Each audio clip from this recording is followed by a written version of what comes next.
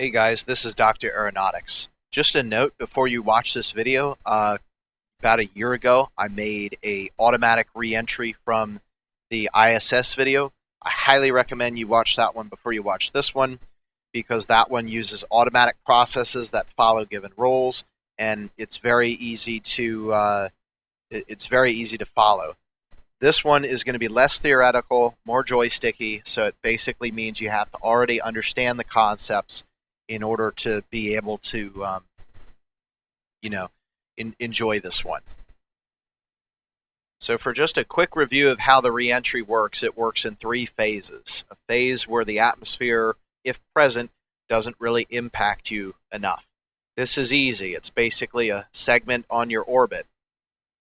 Now, eventually, you're going to reach a point at which you're not going to be able to continue down the same path that you would all the way to the base as you would in a place without an atmosphere.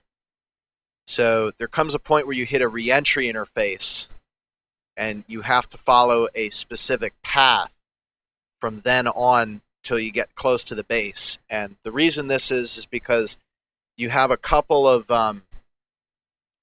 restrictions for places that you can and can't go, and that's due to temperature and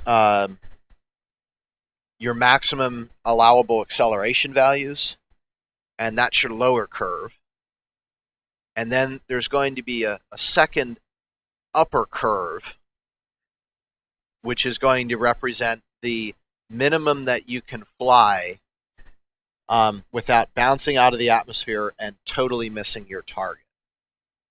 In this case, I've used the upper orange line to denote where you would bounce out of the atmosphere, and the red line to represent the temperature constraints, and the purple line to approximate where the G-force constraints are. And eventually you reach a point where neither becomes a problem, and then you have to fly like an airplane until you get down to the base, which is the last segment. So generally that is about 90 kilometers from 30 kilometers in altitude and 700 meters per second. So that's where the reentry phase ends and you start flying like an airplane. When you put it all together, our orbit, which was now so clean, now begins to look like that, where you perform a little bit of a shallowing reentry followed by a steeper glide to the surface.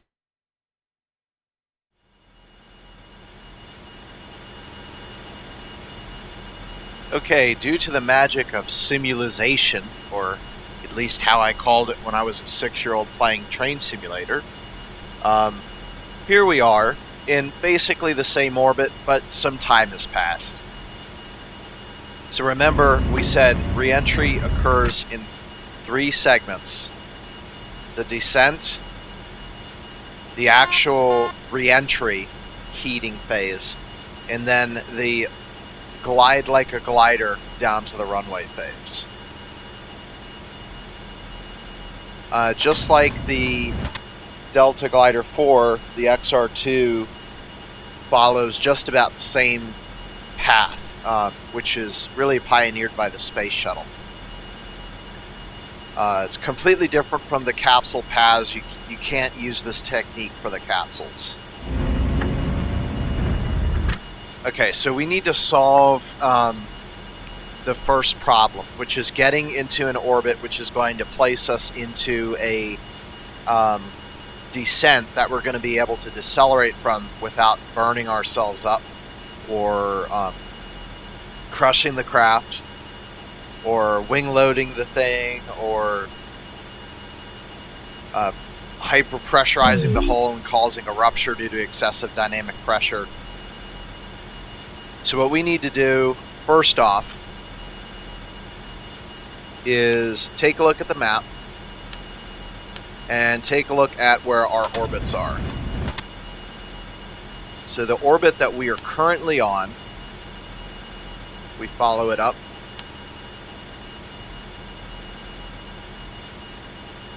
will pass literally over Puerto Rico.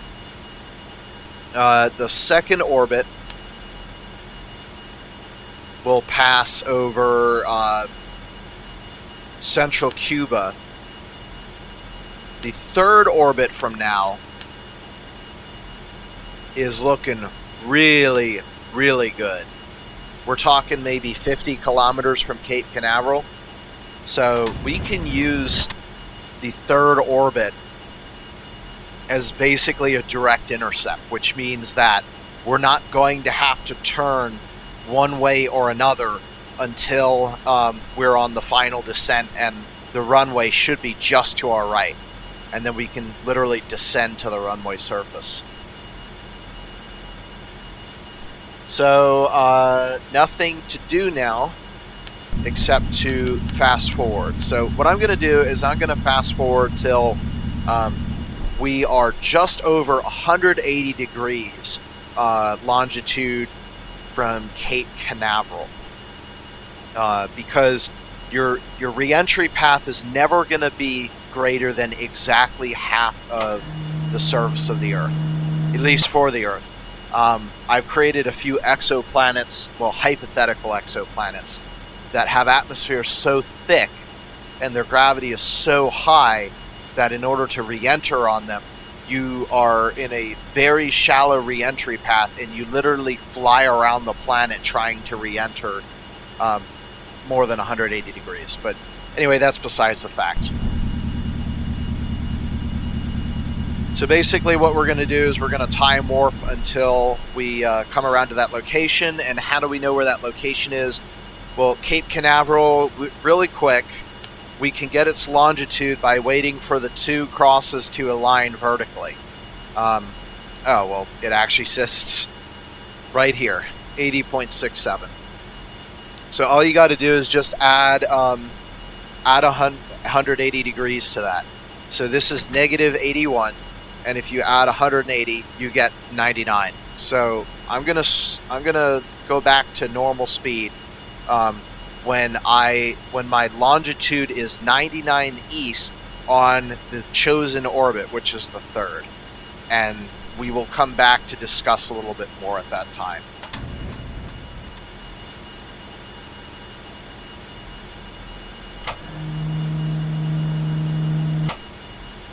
Okay, so here we are. So how do we figure out how to get down? Well, first we got to figure out where we are. So let's go ahead and change the frame and distance here.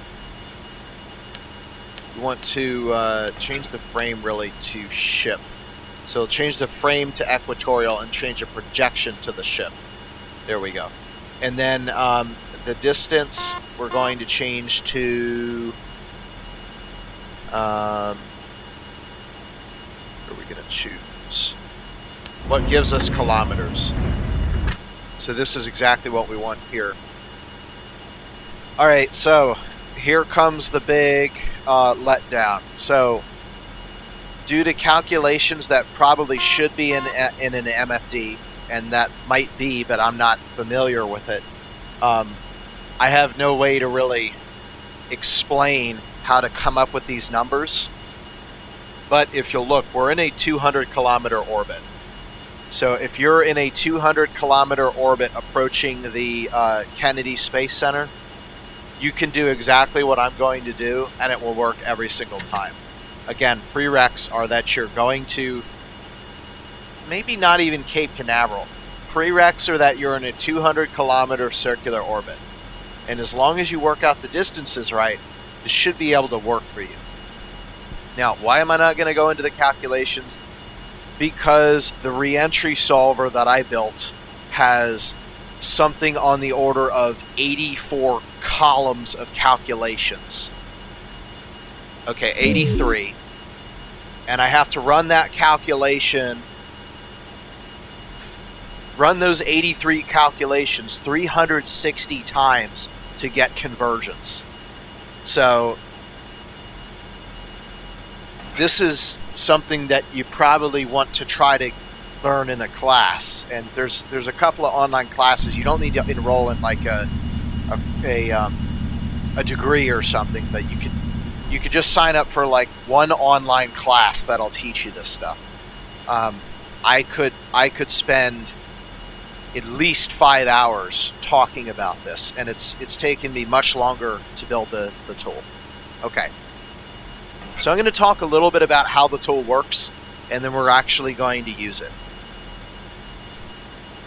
So what it does is it looks at a hypothetical orbit, and basically what I do is I set, okay, here's the angle I want to use on reentry.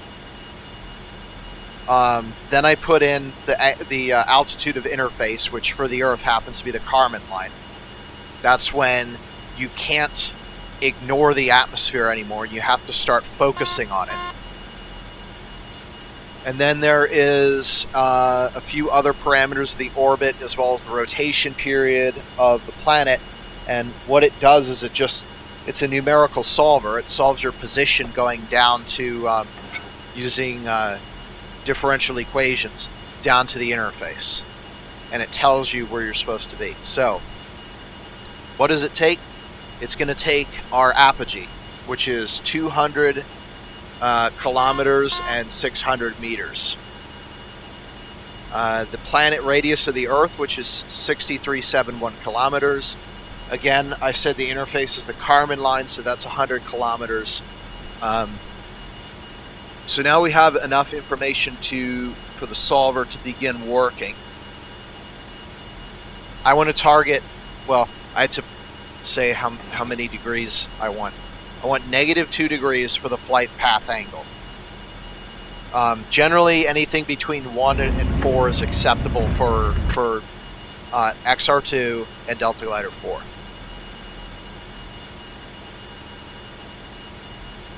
Okay, so eccentricity is going to be 0.047. So what that means is we're going to do a retrofire, and we're going to run the engines until this eccentricity value here on the orbit MFD gets up to 0.042. That will give us exactly the slope that we need. Okay, we are ready to go. So what I need to do is then plug this information into the second solver. So like I said, the first solver solves down to the reentry interface, and then after that is the reentry itself. That is less calculations, but a whole lot more times they run. That is 12 columns for 21,600 iterations. So this second solver is going to be very similar to the Aerobrake MFD, which is what we're actually going to be using. The problem with the Aerobrake MFD is I can't put a hypothetical orbit in there. So how am I going to know exactly where to do my retroburn? I'm not. So I'm going to have to actually solve it and get distance beforehand. So it tells me that I need 4,850 kilometers from the retrofire at 200 kilometers to when I will hit reentry interface.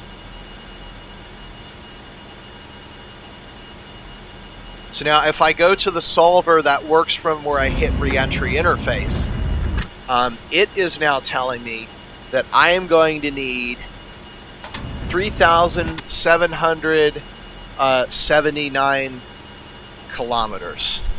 So let me just make sure I did the math right by adding my initial 48,000, and the number becomes 8628. Yes, that's correct. Okay. So yes, I'm going to need 3,783 kilometers, and the final value is going to be a given from 100,000 feet. I use the second solver until we reach 100,000 feet. At that point, we reach what I like to call the dropout. That's the point where the aerodynamic forces on the craft have reduced such that I'm able to lower the nose into the airstream and not burn the ship's windows up. That happens around 700 meters per second and 100,000 feet, and it's a stable 90 kilometers. Typically, I'll use half this value, which I will, to help with approaching the runway. So we're gonna basically divide that in half, and now we're gonna add all the numbers. 45 kilometers plus 4848 plus 30, what was it, 3717?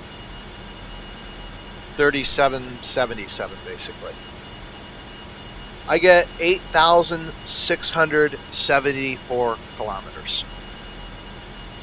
So that is the value that we will be performing our retro burn at.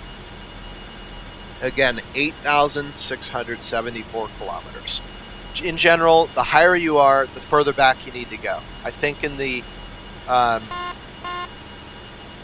Delta Glider 4 tutorial, we started from something like 400 kilometers, and we had a much larger range, because you can see we're now basically going through the east coast of Australia. I know I have Australian viewers. Let's see if we can do a little bit of sightseeing here. Sydney, Canberra, Melbourne.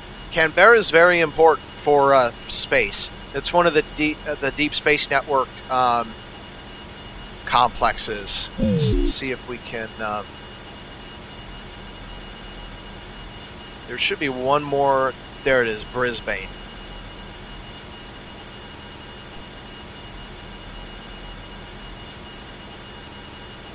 Okay. So what we're going to do is drift again through the time. Make sure when you have the map up, you do target, choose spaceports, and choose Cape Canaveral. And what that's going to do is that's going to plug in the values here where it says the base. It'll give you your latitude and longitude. It will give you your current distance, and it will give you your bearing. The bearing's not important right now. It will be once we reach dropout. So we're going to keep an eye on this number. And remember, the burn happens at 8,674 kilometers. So I'm going to roll through until we get to 10K. And when we get 10K out, that's where we're going to orient the craft to perform the reentry burn. It must be done on time or you will be off. Remember, each second is 7 kilometers in error. Actually, really close to 8. Each second is 7.8 kilometers off. So if you screw this up and say, oh shoot, I should have burned 30 seconds ago, I'm sorry, you've missed it. You need to redo the calculations very quickly for a steeper reentry angle, or you're not going to make it.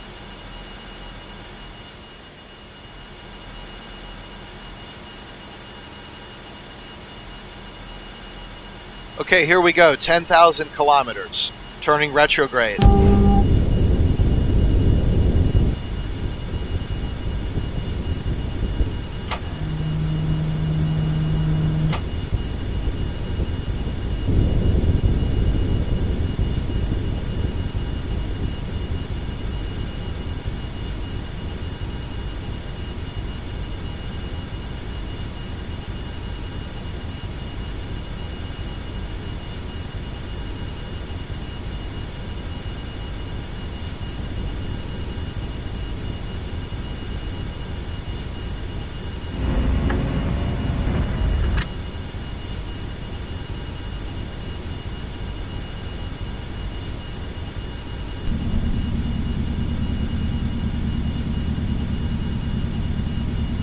Okay, we're in position for the burn, which will be happening in approximately 1,000 kilometers.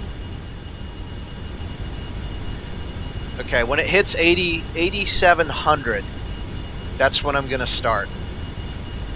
0.047.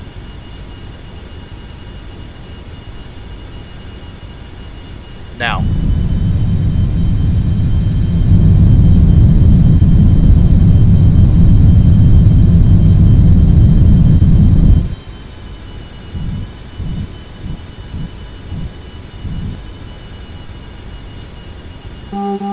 Okay, that was it. So now what I'm going to do is I'm going to run the reentry calculator backwards and make sure we're go. Ooh. What has happened to our apoapsis altitude? Must have changed during the orbit. Okay, we might be able to make this work. So I got the eccentricity bang on. The inclination is now 31.90. The next thing I'm going to put in is the argument of perigee, 163.10. And basically what you guys are going to get out of this is how far can you be off and still be okay. So we're going to hit 100 kilometers at negative 1.96, which is okay. That's close enough. The actual speed is going to be 7717. The ground range is going to be 4,670 kilometers.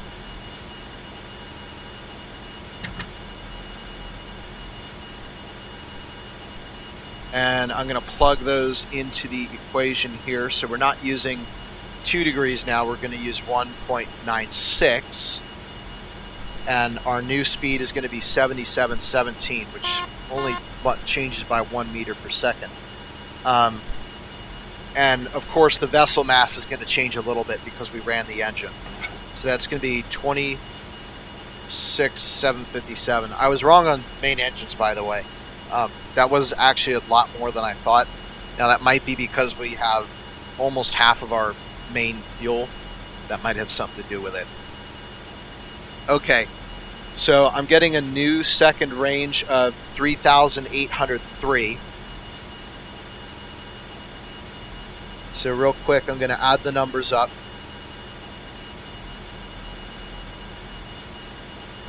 So I get 8,473 kilometers.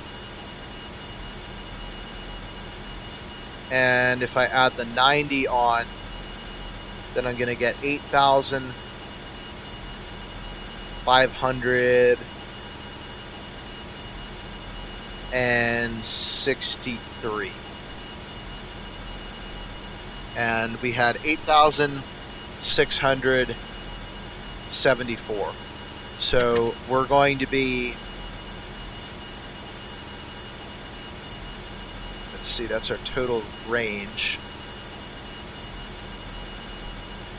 And we're expected, okay, so we're going to be about 110 kilometers short. So what that means is that I'm going to, when I'm making my lifting reentry, I'm not going to go to negative 80. What I'm going to do is I'm going to manipulate the vertical speed profile till it does what I want. So right now I have a range of 3,803. So if I change the vertical speed to 70, now I'm over 4,000. So if I change it to 75, so I want right about 3,900, 3,910 if I use a vertical speed of 75 meters per second. So that's it. Now, you might be asking yourself at this point, wait a second, how am I supposed to know what that means? And the answer is you're not, so don't worry. That's why I asked you guys to download the AeroBrake MFD. Make sure you always save before opening a MFD. Nothing on this, it's just a good thing to do. And don't worry about the fact that it's saying 11 Gs. That's because we're not in the proper reentry attitude. I can show you how to check this right now. Rotation. Okay, so what we're going to do is we're going to turn around to the prograde velocity vector.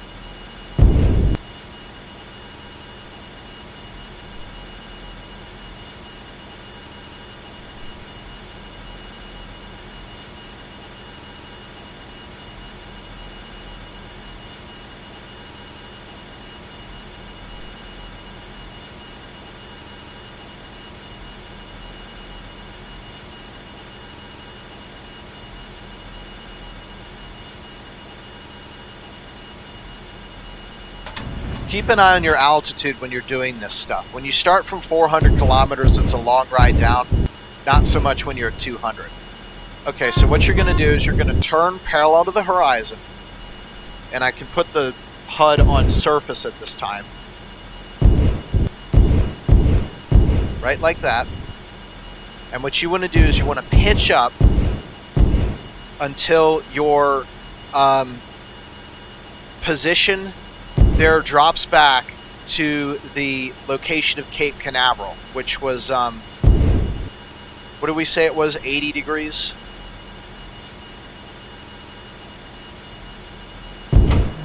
So we want 80 degrees west. Okay. See, that's fine. So we're estimating right around 2 to 2.5 Gs. And that's exactly where you want to target. And that's exactly what my reentry calculator says. So we're in agreement here. So we're going to see a peak G acceleration of around 2 to 2.5 Gs when we re-enter for targeting Cape Canaveral. And that's okay. If you see anything that's more than 5G, or you can't make the re-entry path, then you failed. At that point, you have to start over. And right now, we're close enough to apoapsis that if we burned right now, we could stop re-entry from happening. But the longer you wait, the harder it's going to be to stop it. Like I said, I'm not concerned about it. Again, the reason why it's saying 11 Gs is because we're in a slicing action right now. We're in a 90-degree bank to the surface of the Earth. So don't worry about that. Everything's good, and we are go for re-entry. The next thing to do is to monitor your altitude. Re-entry interface is where I like to have everything configured for re-entry. But it's not really going to matter until you get down to 60 kilometers. So it's a good thing to do the safe thing of stowing things earlier in the flight, because the longer you wait, if you have an issue, same deal. You have not only less time before reentry actually happens and will shear off whatever's open, but you will also if it doesn't shut, you won't be able to stop reentry from occurring. So what we're going to do is we're going to do a panel scan, because you remember the Delta Glider 4, you could do the D61 check and it would tell you that everything's good. Now, the XR-2 has its own check, but what I'm going to do is I'm going to basically show you a panel scanning technique, which you can do, and the computer will basically tell you whether or not you did it right. So I'm going to fire up the APU, because we need the APU to really do anything here. And just all you do is just come across and make sure close, close, close, stow, close, deploy. What is this? It's the radiator. I'm going to close the radiator last, because remember what I told you about the coolant? We've got a Five Nights at Freddy's 3 situation here. If your coolant temperature reaches the maximum, you're going to lose the oxygen, you're going to start hallucinating, and eventually you're going to die in space, because the computer can't figure out how to, give you oxygen. So just come across. Now these things we're going to turn on. Nav, beacon, and strobe are going on because it's night.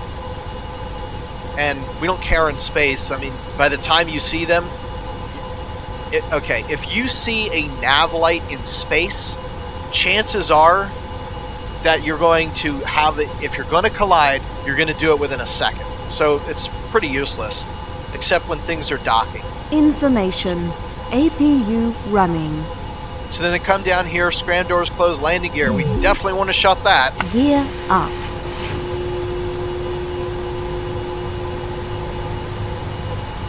Gear up and locked. When you drop down to the middle panel, keep an eye on your altitude. We're at 110, so we're getting pretty close.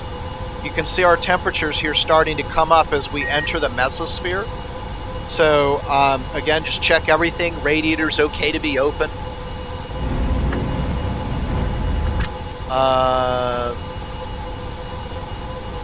The external supply lines and fuel hatch should pretty much always be closed. External cooling should be off. That's just health checks, really. Okay, and now we're going to do... 26. Okay, we're going to do a re-entry check right now. And be quick with it. Warning, re-entry check failed. Right, because I didn't close the radiator. That's the last thing Warning, we're doing. Re-entry check failed. That's the last thing that we're doing now. Because we're actually below the Kármán line right now.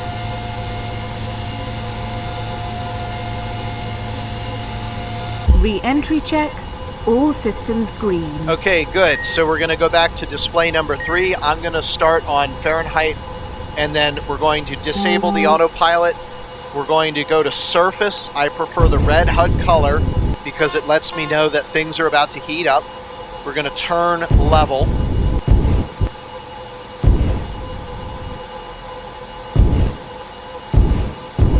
And I'm going to introduce you to the angle of attack hold indicator. So we're going to set angle of attack up to, we're going to start at 50 degrees. That's a good place to start. And I'm going to go over to our Fahrenheit temperatures here. Mach 26. And we're done with the orbit. We're going to go to surface so that we can monitor the pressures, which are now coming up. And the secondary HUD, we're going to switch that over to number 1. Keep an eye on the vertical speed. That's increasing. We actually want it to decrease at this point. Okay, this is reentry interface right here. We're going for a vertical speed target Mach of 25. negative 75, remember? Information. APU fuel 90%. Okay, so what I'm doing is I'm lowering the angle of attack. The reason that is because I noticed that the target here is a little bit far west. So I'm going to send it Mach further to the 24. east until we get down to the proper vertical speed here. Now we are starting to heat up. On the outside, you should start to see glowing and plasma.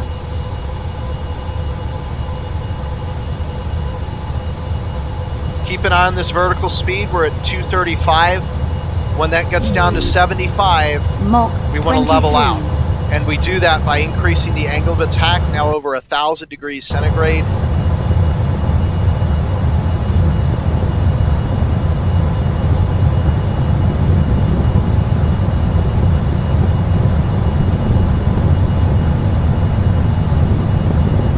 And remember, the reason we use 75 Mach meters per 22. second is because that's going to control our temperatures.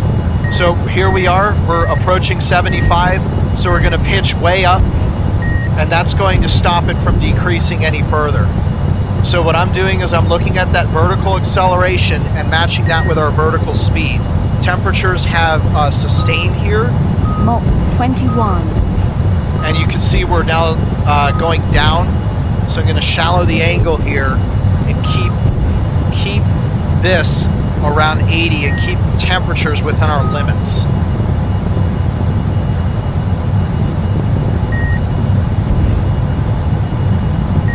Mach 20. Don't allow yourself to bounce up too high. When you're down below negative 30, you can bounce out again. So we're going to increase the angle here.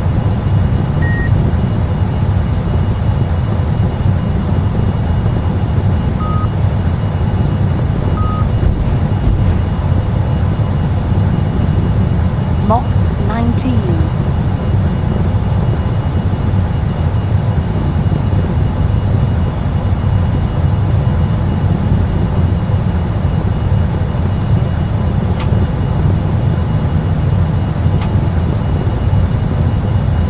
So if I come down here, you can see our coolant temperatures increasing.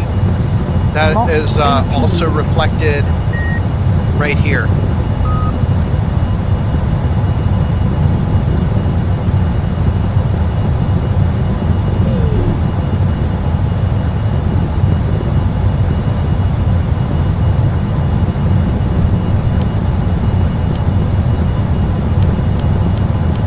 Mach 17.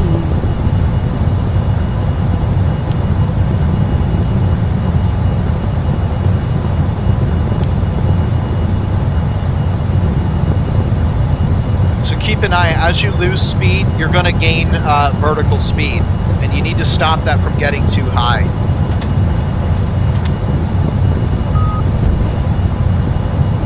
Mach 16.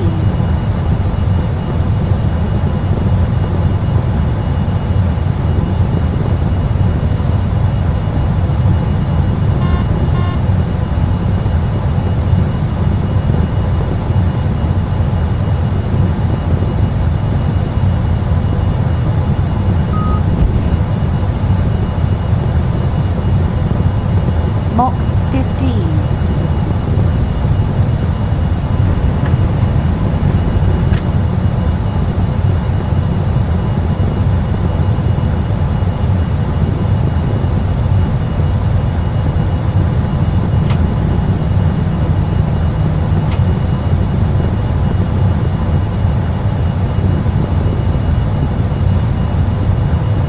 Mach 14.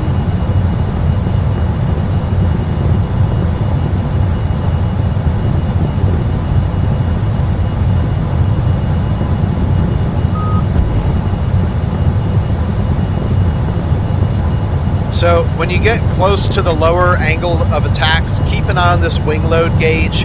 If you get any higher than 6, you've reached the shallowest orientation that you can sustain. Mach 13. And you definitely don't want to get into that area because that's pretty bad. Okay, we've now passed our peak heating period.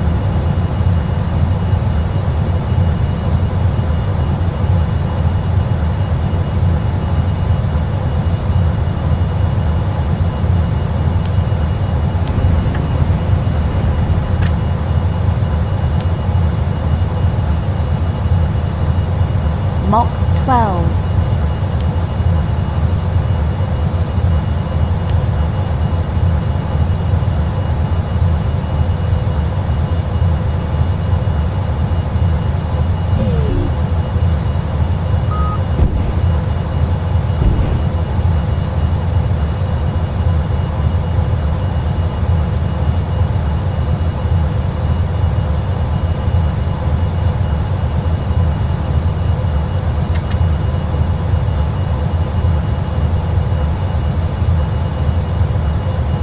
So if you're using this, basically what you do is you Mach 11. target the base longitude the best you can, and if you're undershooting, then what you do is you lower the angle of attack. If you're overshooting, you raise the angle of attack and then watch the temperatures and your G-force values, because you don't want that to get out of control.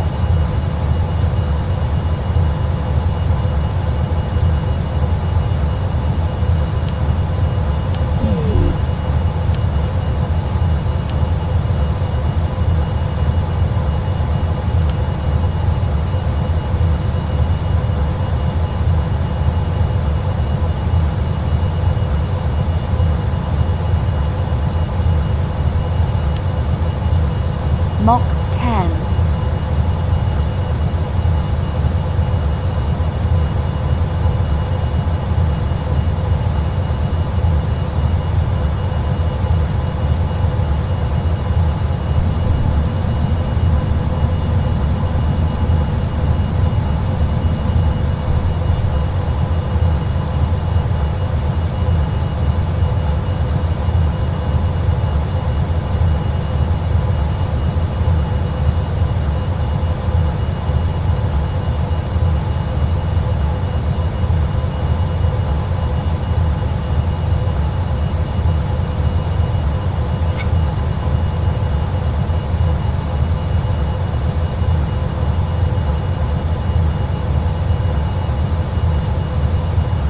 Mach 9.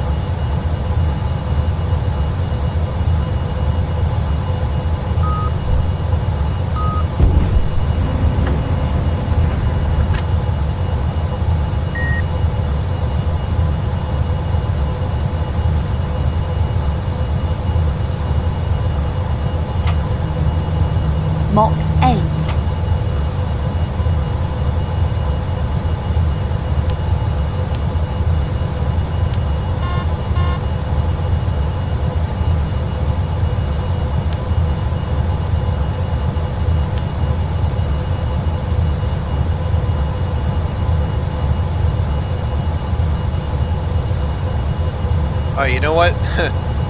Do this before you go.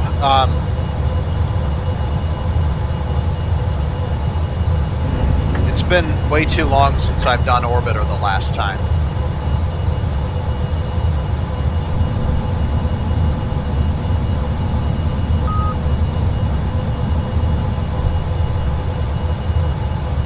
That probably would have helped me be a lot closer so that I'm not, you know, in the position.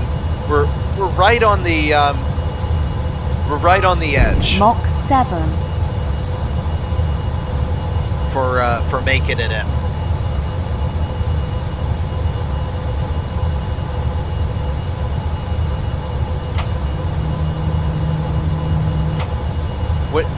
Like I said before, when you get below 30 degrees angle of attack, watch your wing loading here, because that can take off in a hurry like you wouldn't believe. It's kind of like, what's a really good example? It's like lighting a solid rocket motor, you know? If it goes past a certain point, it's just going to go for it. Now, we will eventually trigger it up, but not until we get down to about 700 meters per second. That's actually where dropout is.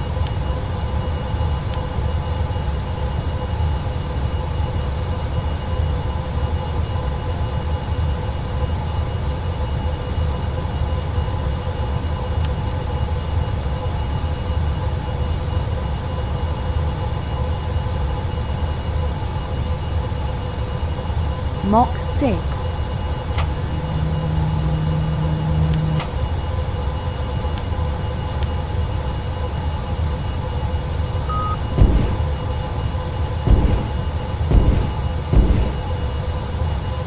Watch the wing load.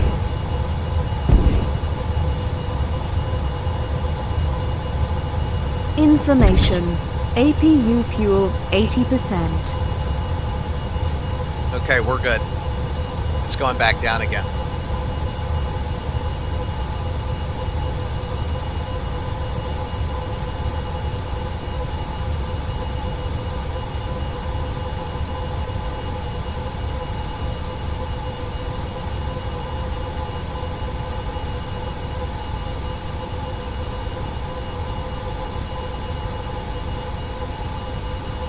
Okay, so what I did there was a little bit of a bounce maneuver.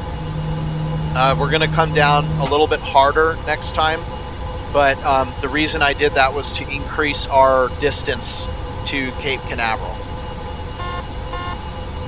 Or increase our glide distance, rather.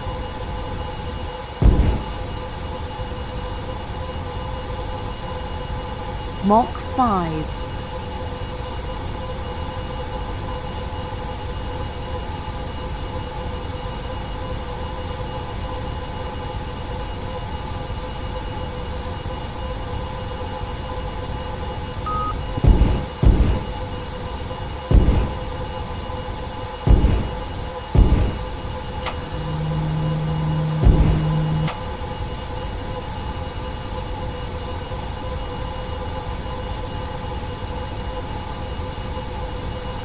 Okay, so what I'm doing is I'm looking at our dynamic pressure right now, and that's sufficiently low enough that we should be able to connect the craft to the airstream. So what I'm going to very slowly do, this is dropout. I'm very, very slowly decreasing the angle of attack until we reconnect with the airstream. If you do this too quickly, or you do this at too high a speed, or dynamic pressure, you can cause a wing stress rip. Okay, that's it. So we've now reconnected with the airstream, and we're going to hold an angle of attack of about 2.5 degrees, which should give us very close to minimum sync.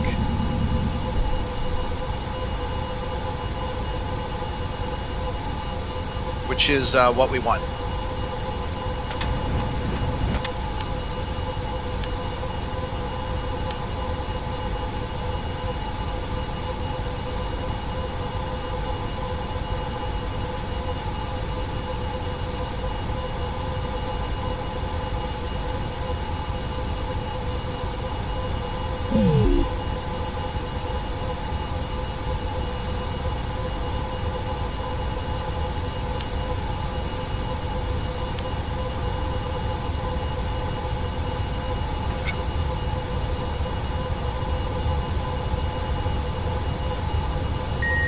When you do come back in, take a look at those gauges and make sure everything is okay, because you can start to heat up quite a bit.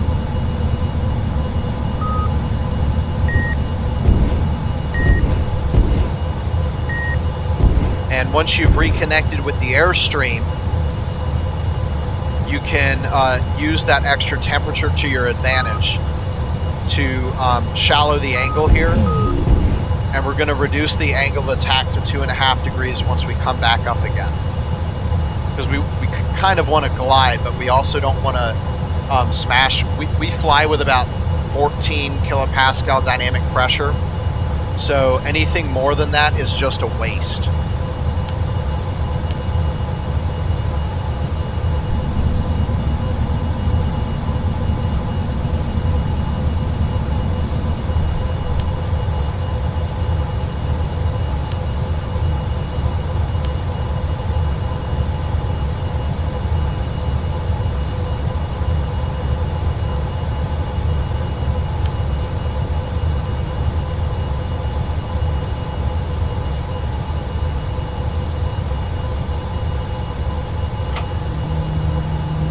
And it's good to overshoot on your position from the base, because what that's going to do for you is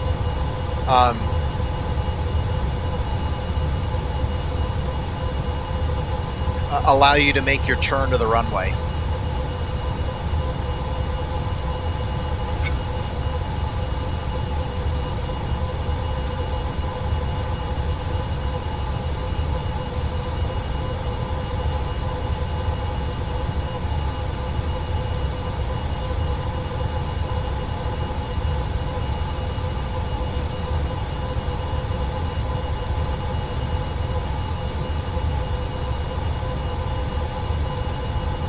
So what I'm going to do is wait till our dynamic pressure climbs up to about 14 again, and then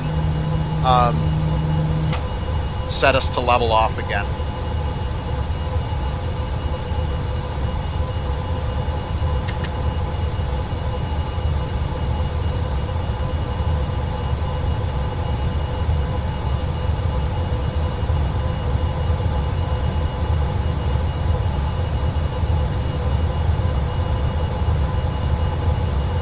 Mach 4. Okay, and it actually looks like we have settled pretty well in. That's about where we want to be. 75. Yep. Okay, we're bouncing back up again. That's what I want. So we are now officially flying like an airplane. We're below 100,000 feet. We're at 97,000 to be exact. Pitch on. The air flight control surfaces can go on, and the reaction control system can go off. Off.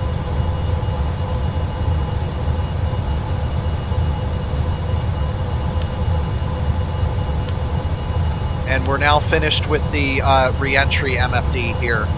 And we're now going to start looking at Cape Canaveral. And if I bring up ComNav here, we're going to get the info for the runways. So we want Cape Canaveral. And we want, I believe it's 3.3, so 134.20 and 112.70. They are set. So I'm going to go to, I think it's HSI, there we go. Plug in the VOR for Cape Canaveral.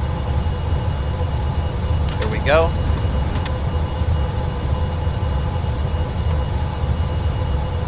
And we're going to turn the ship now. But first we have to disable our attitude hold autopilot in order to make this turn.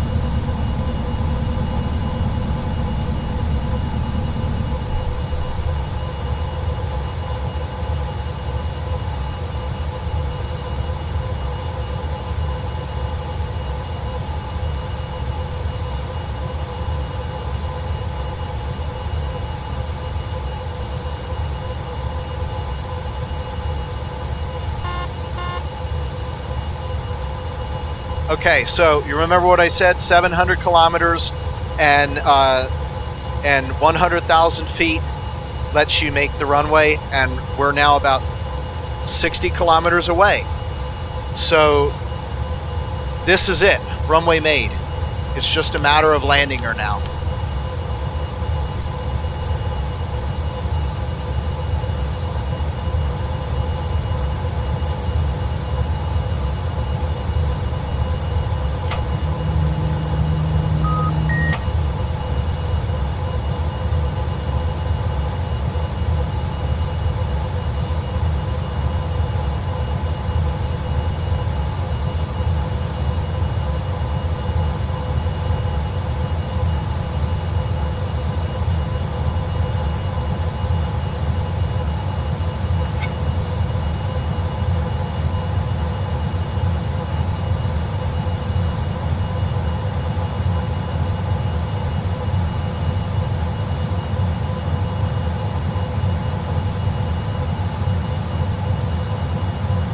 Watch the wing stresses and the G-forces when you're doing these high-altitude, high-speed turns. Mach 3. Because you can seriously screw yourself up.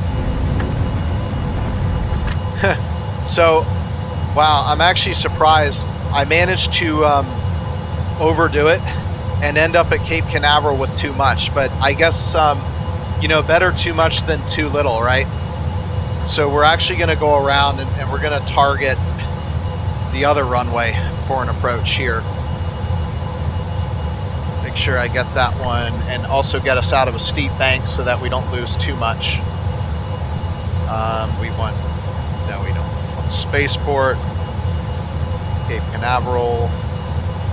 Okay, it's for both runways. 134.20, still good.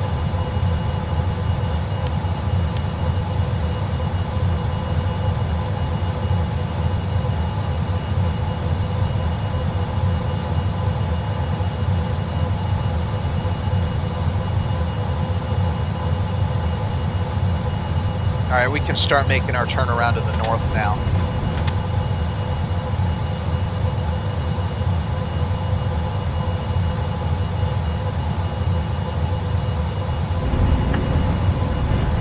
Mach 2.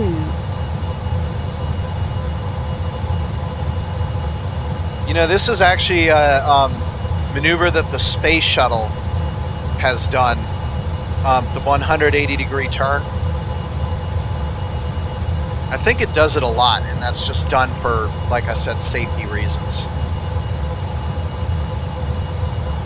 Okay, so there's our runway.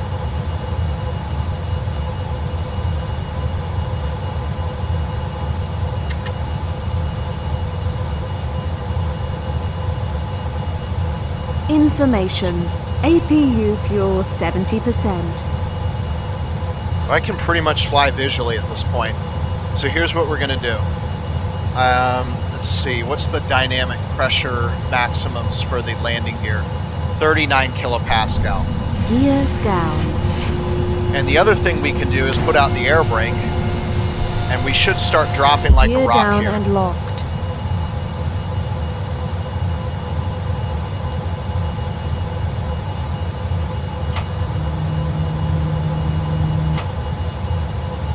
That's good enough. Subsonic. Could you imagine that? Gear's strong enough to withstand Mach 1.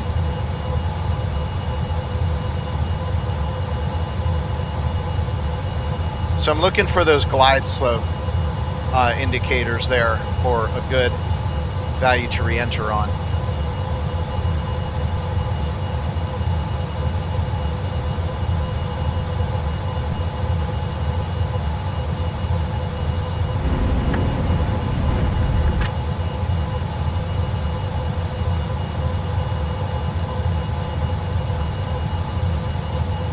$5,000. Final approach.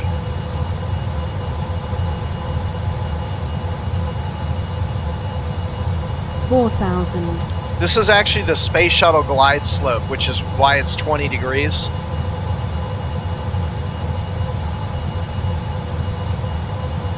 $3,000. I want to use a little bit more air brake.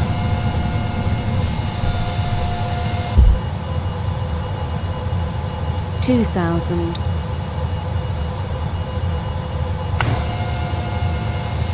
You are cleared to land.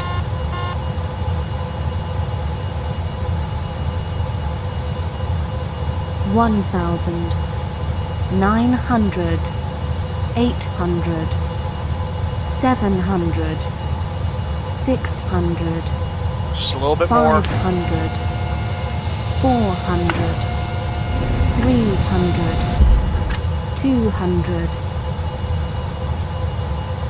100, 75, 50, 30, 20, 15. Okay, here we go. 10, 7, 5,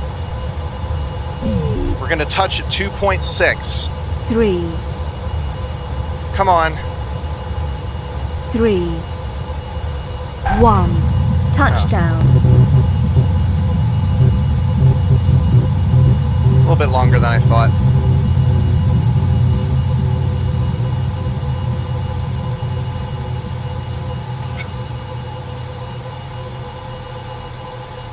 100 knots.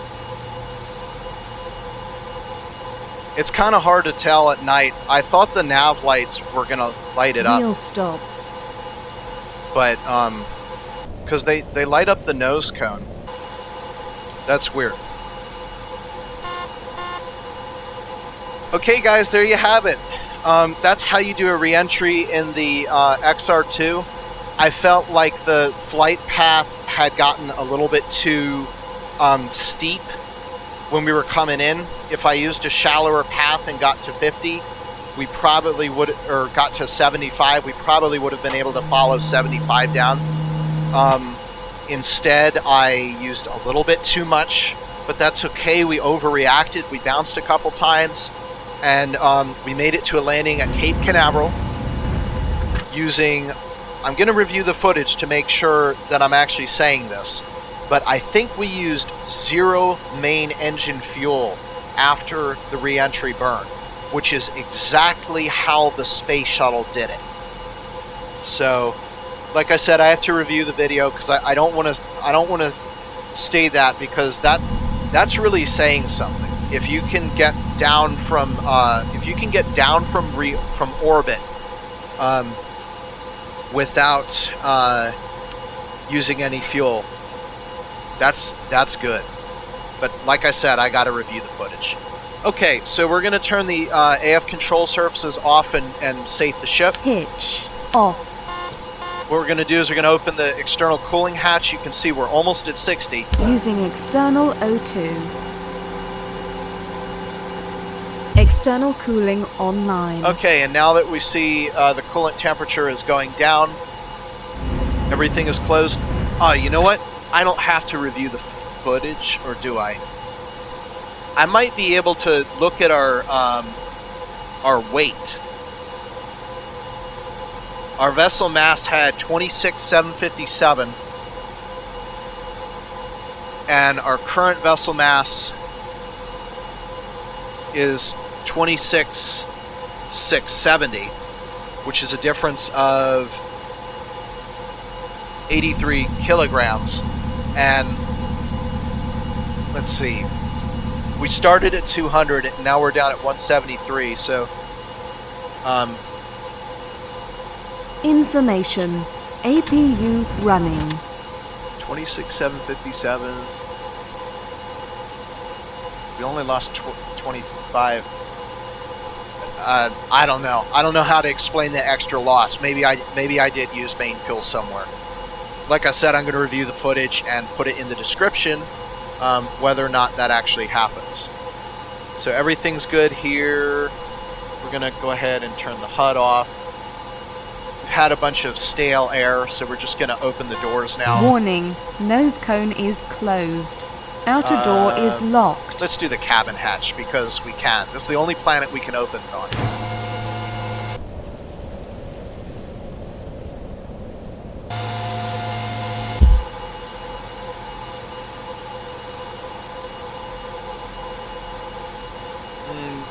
There we go. Beautiful.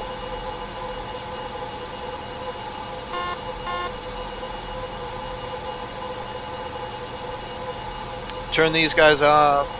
I'm crazy about liking to reset things to exactly how they started.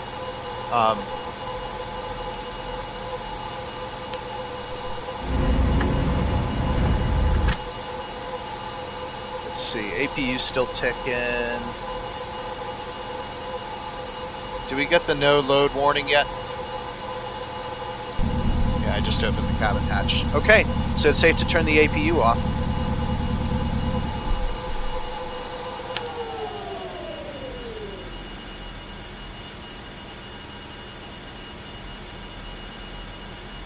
There you go, and now the coolant temperature is quickly dropping. Okay guys, that's it. I hope you enjoy it. If you need any pointers or it's just not working out for you, please just let me know in the comments, and I will try to help you out as best I can. I'd have to figure out if you guys want like the reentry solver. I might be able to do that. I just have to figure out how to get it to you. But that's it. So that's how you do it. And like I said, the ship is completely off and we're ready for our next adventure. Next up, I have crew operations. So this is how you do airlocks, EVA, UMMU, crew transfers, all that sort of thing. So yeah, that is it. Thank you guys for joining me, and I will see you guys next time. Bye-bye.